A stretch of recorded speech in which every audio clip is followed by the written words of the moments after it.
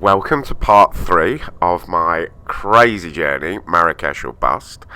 As you can see, Heathrow is looking pretty bleak.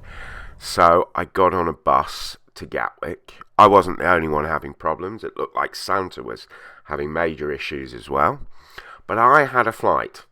If I got to Gatwick, I could fly. Oh, could I fly out? Because this is what Gatwick looked like when I arrived. But I was due to be flying from 7:30 down to Bordeaux, stay overnight in Bordeaux, and pick up my Ryanair flight in the morning. If you want to catch up with parts 1 and 2, they're on the screen now, and the links will be in the description. So this was Gatwick Airport. Do you think I made my flight? Well, I'm not sure how much of that beautiful winter scene you can see. In fact, I'll just step out of the way so you can kind of see what Gatwick's like now. Now, as you know, at no point in this trip was I actually supposed to be at Gatwick, but hey ho, here we are. Due to leave here at 7:30, land in Bordeaux at 10 o'clock,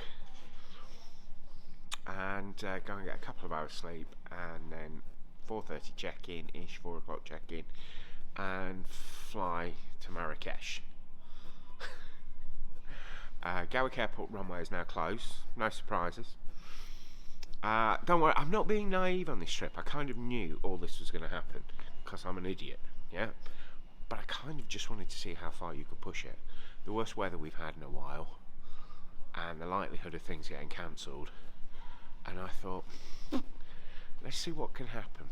And yeah, I found out it's tricky, but you know, I've got no deadlines, and we'll just see where we get on, which is handy because my flight has now been delayed to leave here at 12:30 midnight, so 5 hours late, which bizarrely it's kind of amusing me because it gets me in at 3:05, and by the time I've done French immigration, because they'll make us queue, especially if we've kept them up that late, it'll be 4 o'clock, it'll be time to check into my flight.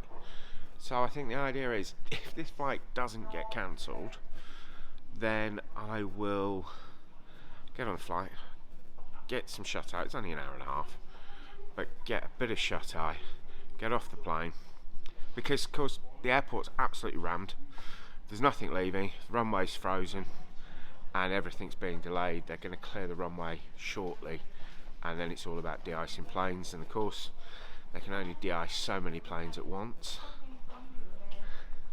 So most of Gatwick looks like that. He says, can you see? And a lot of those planes have got passengers on.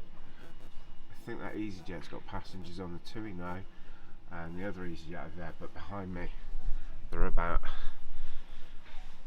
6 or 7 Easyjets, four, I always over exaggerate, that have got passengers on. You can see they're all lit up, doors are shut, because I've watched all the people boarding them. Right, so what happens if Easyjet then in their wisdom cancel my flight? No idea. Well, actually, I've kind of got a plan. I probably wouldn't be rushing so desperately, moving all the stops. This would just be a video of a failed trip.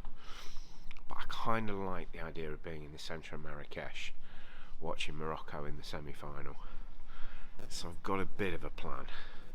No idea where I'd actually sleep tonight, but there is a British Airways flight from Gatwick going out to Marrakech tomorrow.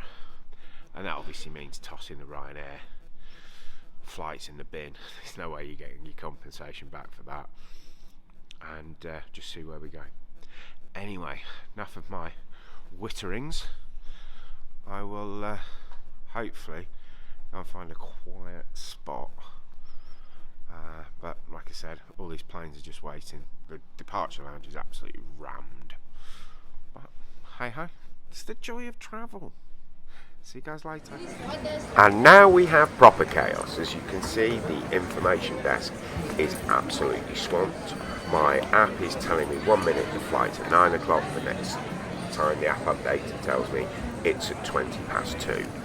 The boards were no better. 1 minute it's not listed, the next minute it's listed, it's going to depart, it's not going to depart. There's just no way of getting information, you can't get up close to the desk. Now at this point I started looking for a bed for the night. With a bit of local knowledge of the area, I had something in reserve.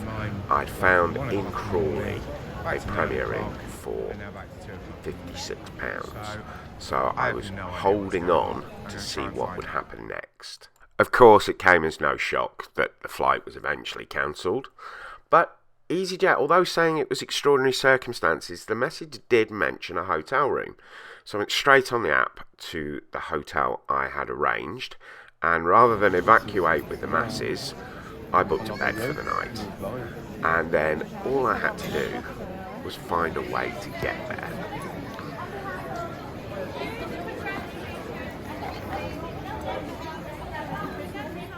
Well, as we all know, I should be sat in seat 16F, just beginning our descent into Bordeaux. But for some reason, I'm walking through a suburban housing area in Crawley. Yeah, believe it or not, this is probably the smartest thing I could be doing. I know this part of the world quite well, and all the hotels were fully booked. Good old Crawley. So I got the Premier Inn for £56, and the taxis at Gatwick are astronomically expensive. The queue was going around the block, so I just got the local bus, which leaves a little shortcut through here to get me to my Premier Inn. I mean, I've been talking to people. One girl, she's paid £800 to get somebody to drive her to Amsterdam so she can pick up a flight from Amsterdam to get to Rome, because she's sitting an exam in Rome and she can't not miss it. Studied for a year and a half and she'd get a fail if she missed it. And it's just all the hotels, anything in Victoria, anything London Bridge, the train line's going out of Gatwick, and I'm sure the same's happening at Heathrow. The hotels are just filling up at astronomical rates. But me, I'm looking at everyone's lovely Christmas decorations in Crawley. I'm off to the Premier and we'll see what happens next.